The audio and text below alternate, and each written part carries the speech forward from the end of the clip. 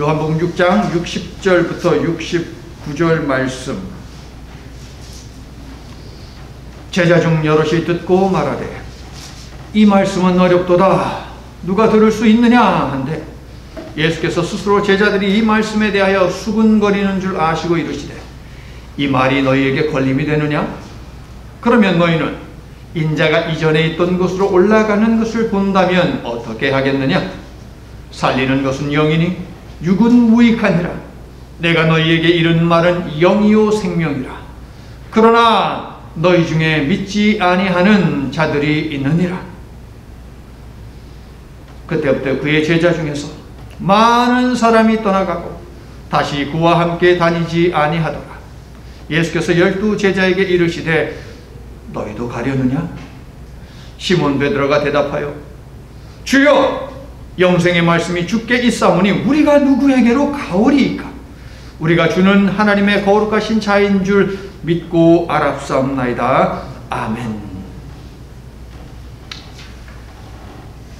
어느 의대 병원에요, 레지던트로 일을 하는 학생이 2명 있었습니다. 그런데 이 두 학생들은 자기들이 세상에서 제일 똑똑한 줄 알았어요. 병원의 복도를 이렇게 걸어가고 있는데 저 맞은편에서 한 남자가요, 허리를 그냥 숙이고요, 엉거주춤하면서 이렇게 걸어오는 거예요. 2명의 학생 중에 하나가 이야기합니다. 야, 저거는 분명 류마티스 관절염이야, 저거는. 무슨 소리, 저 100% 디스크네 라고 서로 옥신각신합니다. 서로 자기들의 생각이 맞다고 서로 말다툼을 하는 거예요. 그때 이 남자가 그냥 천천히 걸어서 이 두 학생들 앞에 오더니 저기요 이게 화장실이 어디 있어요? 두 학생 중에 누가 맞았습니까? 둘 다 틀렸습니다. 이 환자가 아니고 이 남자는 그저 화장실이 급했던 것입니다. 아니, 도대체 어디로 가셨담? 아무리 구석구석을 다 찾아봐도 보이지를 않습니다. 분명 여기는 계시지 않는 것 같으니까 우리가 배를 타고 저쪽 지방으로 한번 가보자. 그들은 배를 타고 반대편 지방으로 왔습니다. 거기에 계셨습니다. 그들은 놀라기도 하고 또한 섭섭하기도 하고 또한 화가 나기도 하는 그 복잡한 마음을 담아서 이렇게 말합니다. 예수님, 도대체 언제 여기 오셨대요? 6장 26절 예수님의 답변입니다.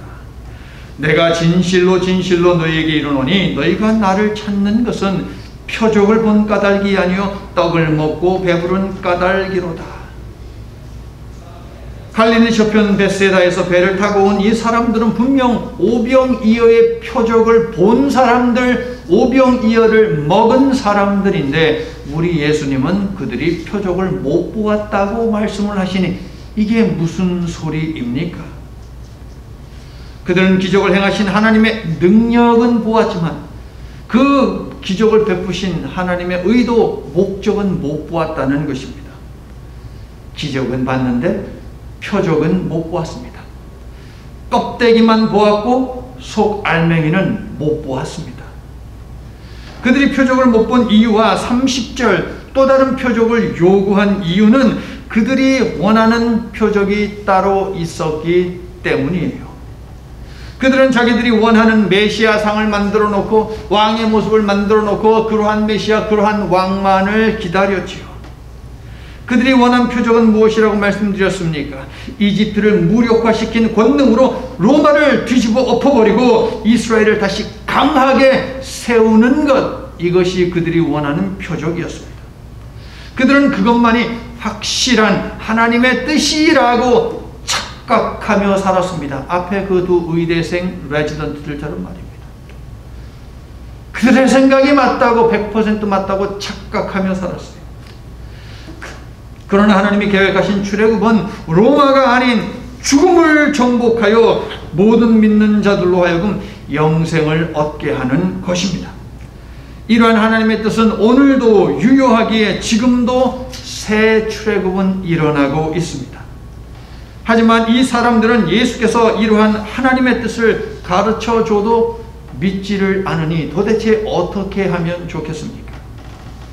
인간의 죄성을 아신 하나님께서는 자신의 주권을 사용하시어 이러한 자들조차도 구원받을 수 있는 방법을 선택을 하십니다. 즉 죄로부터의 해방이라고 하는 인류 구속을 위한 사랑을 하나님께서 보여주셨습니다. 하지만 이스라엘의 정치적 해방을 꿈꾼 많은 유대인들은 이러한 하나님의 주권적 선택을 인정하지 않고 하나님, 세상에 그런 법이 어디 있어요? 그럴 수는 없습니다 라고 따져 묻습니다. 고집을 부립니다. 그러더니 정치적 속박에서의 자유가 아닌 죄의 속박에서의 자유를 위해 오신 하나님의 아들까지 거부하고 죽여버리죠. 성도 여러분, 하나님의 주권은 자신의 운명을 선택할 능력을 상실해버린 그러한 인간들을 구원하기 위해서 하나님이 우리 대신 구원을 선택해 주신 사랑의 행위임을 볼 수 있기를 예수님의 이름으로 축원합니다. 그것이 하나님의 주권이에요. 하나님의 주권은 언제나 우리를 구원하는 데 있는데 우리는 그 주권을 뿌리쳐요. 내가 원하는 것, 그것이 아니라고 말입니다. 예수님은 45절에서 이러한 하나님의 주권에 관한 이야기를 하시되 이사야서에 있는 말씀을 하나 인용을 하십니다. 선지자의 글에 그들이 다 하나님의 가르치심을 받으리라. 이사야서 54장 13절 말씀인데요. 이스라엘의 운명은 하나님의 주권적 사랑으로 결정된다는 것을 밝히는 말씀이에요. 이사야 54장은 어떤 말씀입니까? 하나님 앞에 범죄했습니다. 경고의 말씀도 귀를 기울이지 않았습니다. 결국 나라가 멸망하고 말았습니다. 백성들은 바벨론의 포로로 끌려가고 말았어요. 그런데 그러한 자들에게도 여전히 구원받을 수 있는 희망이 있다라고 하나님께서 약속의 말씀을 주셨는데 그게 바로 이사야서 54장에 있는 말씀이에요. 죄악으로 멸망한 그들은 자신을 구원할 능력을 완전히 상실했기 때문에 하나님께서 자신의 무조건적인 사랑으로 그들을 구원하시겠다고 약속하신 것이에요. 하나님의 주권은 언제나 하나님의 구원과 관계되어 있습니다. 54장 제가 10절을 읽어드릴 텐데요. 강한 하나님의 주권이 분명 느껴질 것입니다. 54장 10절을 제가 읽어드릴 때에 아멘 하심으로 하나님의 구원하시는 주권을 여러분의 것으로 만드시기를 바랍니다. 자, 산들이 떠나며 언덕들은 옮겨질지라도 어려운 일이죠. 이거 산들이 옮겨지고 언덕들이 옮겨지는 것 어려운 일이에요. 근데 그런 일이 일어난다 할지라도 나의 자비는 너에게서 떠나지 아니하며 나의 화평의 언약은 흔들리지 아니하리라. 너를 긍휼히 여기시는 여호와 하나님께서 말씀하셨느니라. 아멘.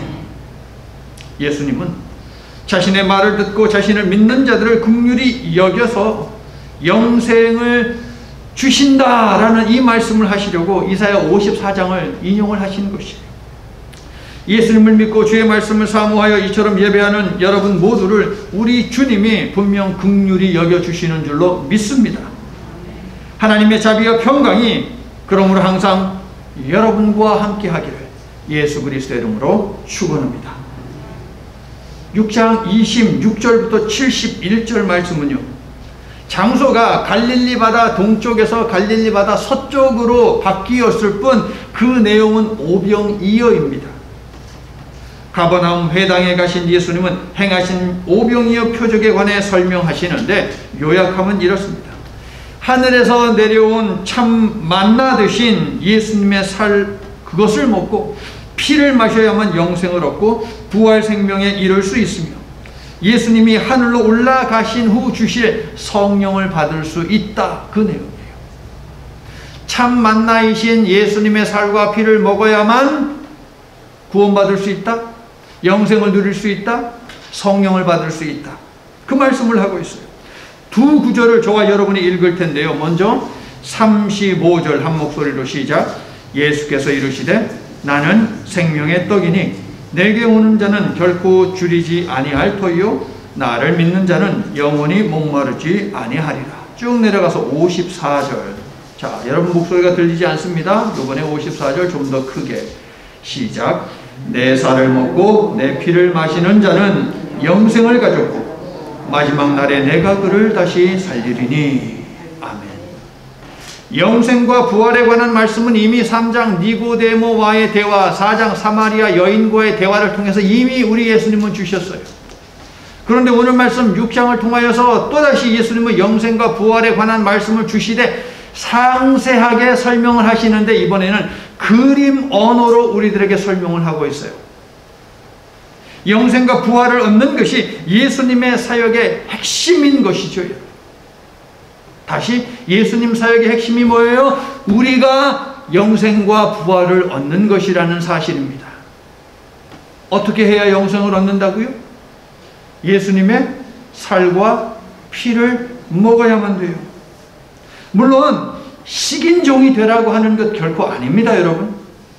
그런데 52절 말씀을 보면 가버나움 회당에 모인 자기들이 세상에서 제일 똑똑하고 율법의 전문가라고 확신하고 있는 유대 종교 지도자들은 그렇게 오해를 하고 있어요. 식인종되라고?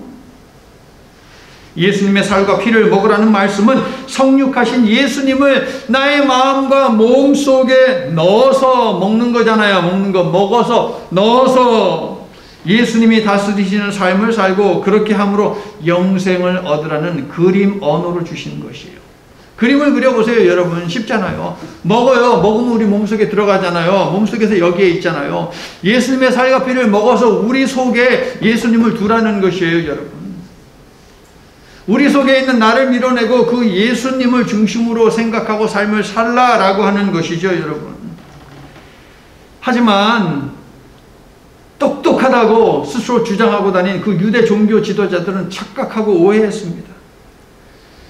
요한의 신학에서 중요한 그리스도론은 말씀이 하늘에서 내려오시어 육신이 된 성육신에 있거든요. 말씀이 대단한 무엇이 된 것이 아니에요, 여러분. 당시 종교 철학자들이 가장 혐오스러워했던 것이 사르크스라고 하는 것인데 그게 바로 육신이에요, 여러분. 말씀이신 예수님이 육신을 입고 이 땅에 오셨대잖아요. 그 가장 혐오스러워하던 모습으로 이 살덩어리로 이 땅에 오셨다는 것이 요한이 우리들에게 알려주고 있는 부분이거든요. 왜 예수님은 이런 살덩어리가 되셨어요? 왜 이런 살덩어리가 되셨어요? 이유는 우리로 하여금 먹게 하기 위해서요, 여러분. 먹게 하기 위해서. 다시 말씀드리지만 식인종이 되라는 말이 아니고 그림 언어로 이렇게 상세하게 설명 주시는 것이에요. 먹고 이 속에 담아라라는 그런 의미요, 여러분. 오늘 예배의 시작점에 부른 찬양들은 노래 언어로 살과 피를 먹는 것을 표현을 하고 있습니다. 어떤 찬양을 불렀습니까? 그런즉 이제 내가 산 것 아니요. 예수 그리스도를 먹었더니 내가 산 것 아니요. 오직 내 안에 예수께서 사신 것이라. 예수님의 살을 먹고 피를 마셨더니 또 어떤 일이 벌어져요? 이제는 내가 없고 오직 예수님만. 이건 노래 언어잖아요, 여러분. 예수님을 모신 우리는 어떻게 살아야 하는지에 대해서 이 노래 언어로 얼마나 자세히 알려주고 있습니까? 예수님은 제자들과 마지막 식사를 하시며 자신의 살과 피를 먹고 마시라 하셨는데, 오늘날 성만찬이라고 부르는 예수님과 제자들이 나누는 마지막 그 최후의 식사에 관한 말씀은 마태, 마가, 누가복음에는 있는데 요한복음에는 없어요, 여러분. 그럼 요한복음은 성만찬에 관해서 이야기하지 않느냐? 노. 마태, 마가, 누가보다도 성만찬에 관한 말씀은 요한이 훨씬 더 많이 합니다. 6장에 있는 말씀만 봐도 우리가 알 수 있죠. 그만큼 예수님을 먹고 마시는 것, 이것은 요한의 신앙과 신학에 있어서 정말 중요한 내용이거든요.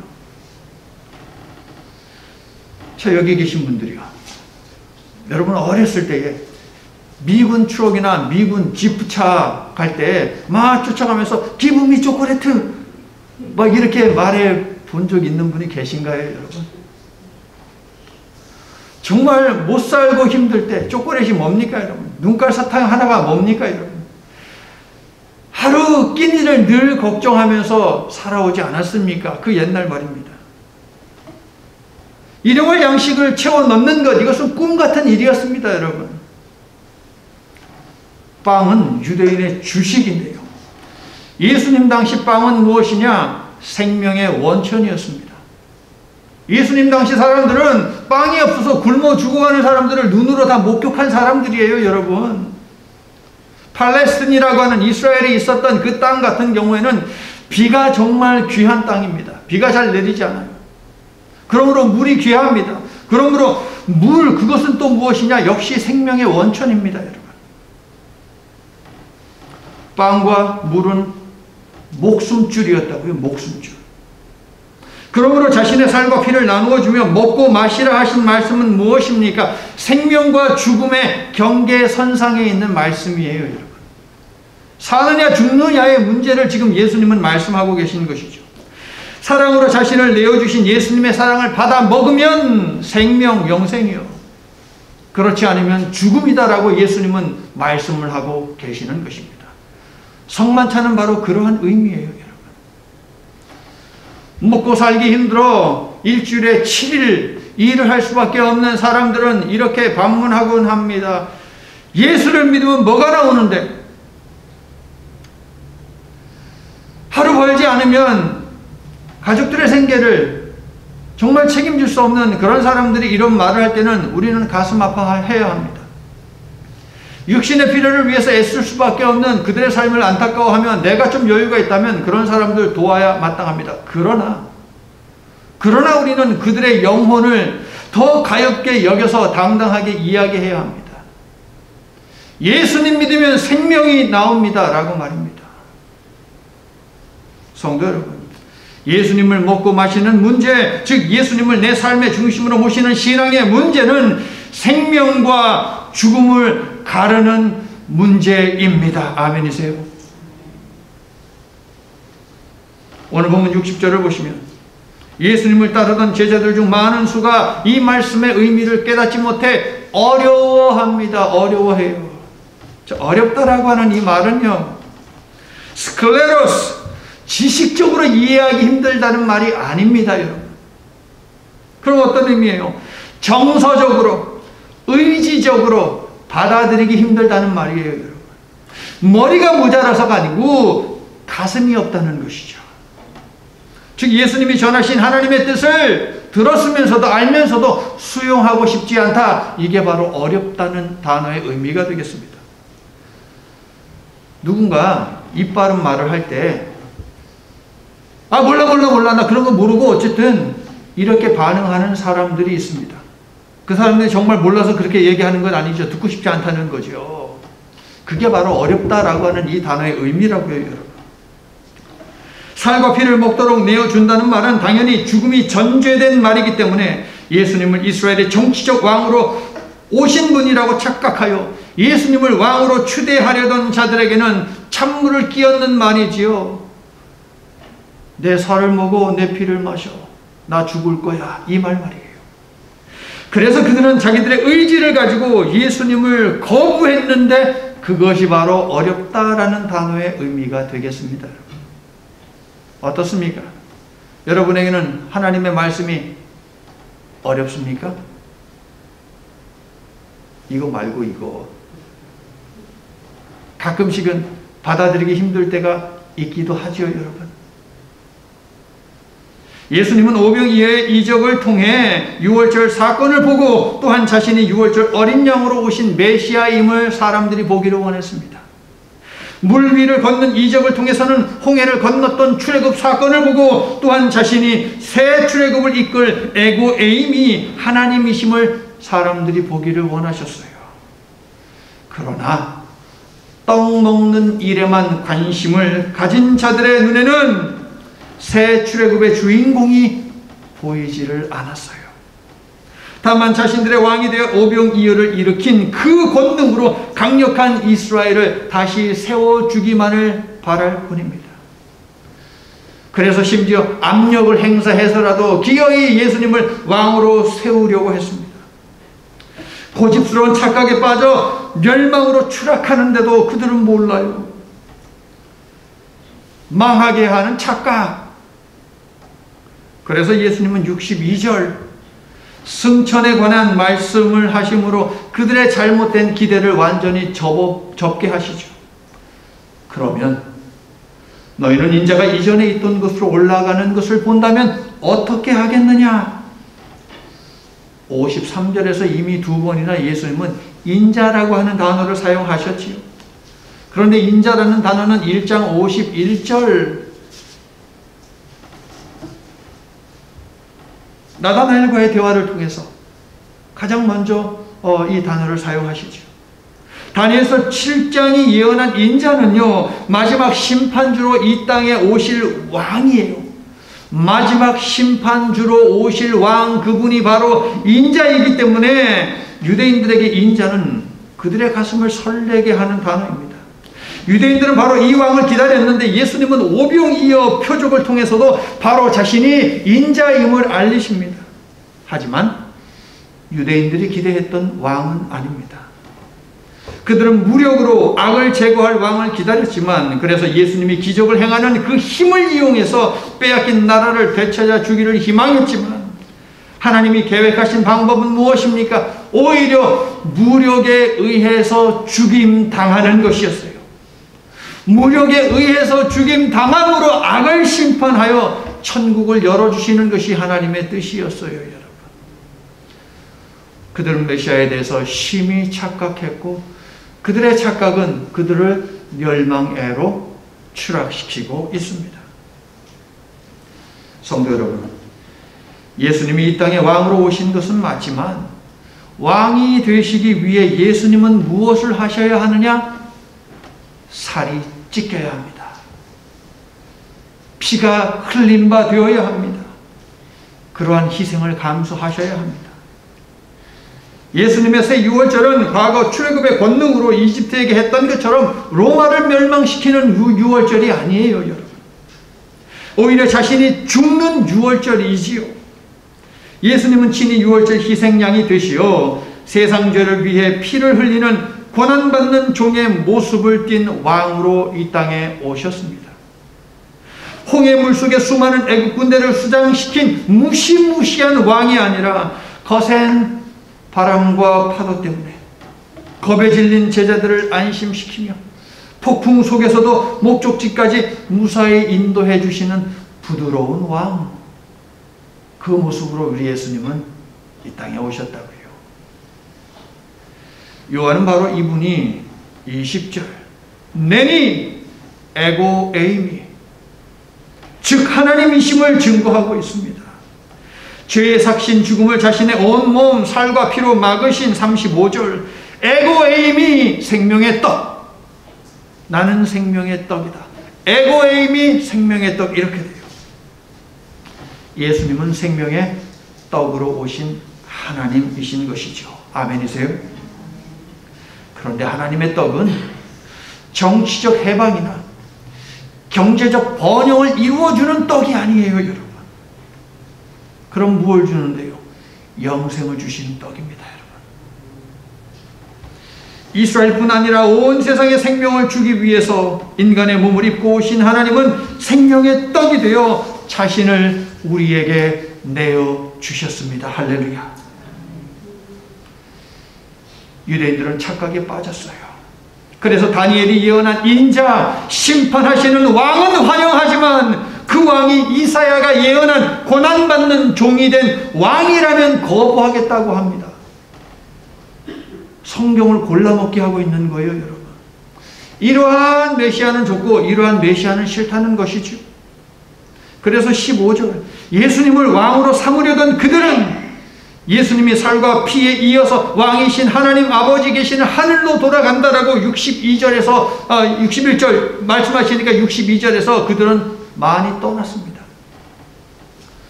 오병이어로 그들의 배가 불렀을 때는 예수님을 왕으로 모시겠다고 야단 법석을 떨며 따르더니 6월절 어린 양으로 살과 피를 다 내어준 다음 아버지 하나님께로 돌아가셔서 왕으로 등극하겠다라고 하시니까 예수님을 떠나버립니다.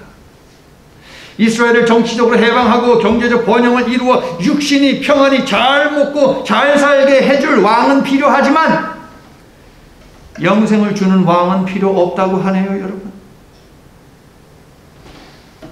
이러한 그들의 태도는 무엇이냐? 자기들이 원하는 말이면 듣겠지만 자기들이 원하지 않는 말이면 안 듣겠다라고 하는 태도입니다. 하나님 앞에서 이런 태도를 가지면 되겠습니까? 안 되겠습니까? 아니 되겠지요, 여러분. 이들은 영원한 생명을 누리는 영적 단계로 나아가는 것을 거부하고 제한적인 육적 욕구를 채우는 것에만 머물기를 원하고 있습니다. 어찌하면 좋겠습니까? 63절을 보세요. 예수님은 분명 살리는 것은 영이니 육은 무익하다고 말씀하셨습니다. 즉 육신의 필요와 욕구에만 눈이 어두우면 내 가르침을 깨닫지 못하니 영으로 이해해야 한다라고 말씀하셨는데 그들은 자신들의 관심을 포기할 수 없어서 예수님을 떠났습니다. 자신들의 관심인 육적인 그 욕망을 포기하고 싶지 않아서 영적인 하나님의 그 영원한 선물을 갖다가 포기하고 떠나버려요. 똑똑하다고 믿는 유대인의 종교 지도자들 말이에요.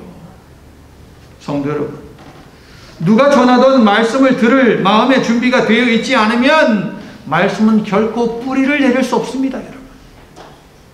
그리고 뿌리를 내리지 못한 나무는 언제가 되었든 반드시 멸망하고 말지요, 여러분. 내가 듣고 싶지 않는 그 말씀이 나를 살리는 말씀이 될 수 있다는 이 사실에 우리는 촉각을 곤두세워야 할 것입니다. 말씀은 들려주는 대로 들어야 할 대상이지 내 기대와 만족을 채우는 대상이 아니라는 것입니다. 동의하세요, 여러분? 성도 여러분, 스스로를 착각의 늪에 빠뜨려 죽은 영혼을 살리시는 왕이 아닌 경제적 번영을 이루어 줄인 배를 채워줄 왕만을 기대하고 부활과 영생이 있는 하나님 나라의 왕이 아닌 이스라엘을 정치적으로 회복시킬 왕에만 관심한 자들은 그 자들을 우리 예수님은 어떻게 하셨어요? 반기지 않으셨어요. 이걸 우리가 볼 수 있어야 돼요. 그러한 자들을 우리 예수님은 반기지 않으세요. 자기 욕심을 채우기 위해서 신앙의 세계에 들어온 사람들은 예수님께 결코 환영받지 못한다는 거예요, 여러분. 여러분의 열심은 어떻습니까, 여러분? 항상 육적 바램이 아닌 영원한 소망의 뿌리를 두고 예배와 선교에 열심을 내는 참된 양식, 예수님을 먹고 마신 참된 성도들이 다 되시기를 예수님의 이름으로 축원합니다. 이제 말씀을 마칩니다. 예수님의 가르침에 대한 두 개의 서로 다른 반응이 오늘 우리가 읽은 본문에 있습니다. 예수님을 떠난 사람들이 있고 많았습니다. 예수님 곁에 머문 소수의 사람들도 있습니다.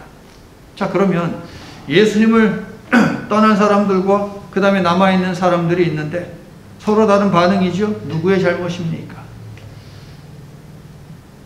말씀을 전한 사람의 잘못입니까? 아니면 말씀을 듣는 사람의 문제입니까? 누구에게 문제가 있는 것입니까? 어떤 남편이요, 와이프가 자기 말을 잘 못 알아듣는 것 같아. 그래서 저 사람이 지금 청각을 점점 잃어가고 있구나 라고 생각을 했어요.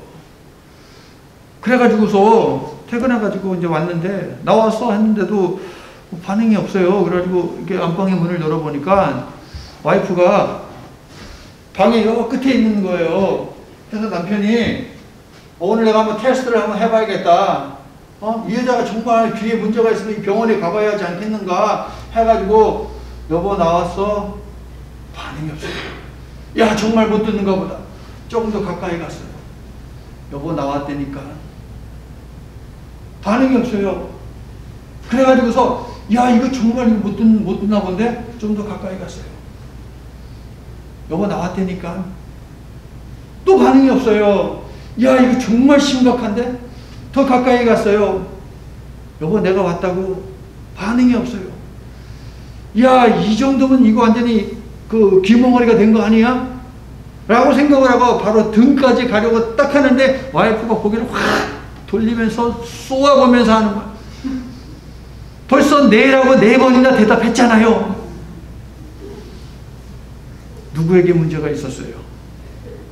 남편에게 문제가 있었네. 자기가 못 들으면서 와이프가 못 듣는다고 그렇게 착각하며 살았네요, 여러분. 우리 주님이 우리에게도 물으십니다. 67절, 너희도 가려느냐? 이 말은 너희도 오해하여 착각하고 있느냐? 너희도 못 듣느냐? 라는 질문이죠. 그리고 너희의 착각이 너희를 망하게 할 수 있다라고 하는 경고의 말씀이에요. 그럼 우리는 어떻게 반응해야 할까요? 너희도 가려느냐라고 하는 이 말씀에 대해서 어떻게 반응해야 할까요? 68절, 69절. 주여, 영생의 말씀이 주께 있사오니 우리가 누구에게로 가오리이까? 제자들을 대표하여 고백한 베드로의 고백은 영생에 관한 가르침을 주셨는데 그것을 깨달아 알고 있다는 고백이지요, 여러분. 우리가 주는 하나님의 거룩하신 자이신 줄 믿고 알았사옵나이다. 이 말은요, 오직 주님만이 영생을 주실 수 있는 분임을 믿습니다라고 하는 고백이에요, 여러분. 베드로를 중심한 제자 공동체의 고백이 저와 여러분의 고백이 될 수 있기를 예수 그리스도의 이름으로 축원합니다. 제가요, 이제 67절에 있는 예수님의 질문을 여러분에게 던질 거예요. 그럼 여러분이 68절, 69절에 있는 제자들의 답으로 반응을 하시되 여러분의 믿음만큼 크게 고백을 해보시기를 바랍니다. 제가 67절을 여러분에게 물을게요. 너희도 가려느냐? 주여, 영생의 말씀이 주께 있사오니 우리가 누구에게로 가오리이까? 우리가 주는 하나님의 거룩하신 자인 줄 믿고 알았사옵나이다. 아멘.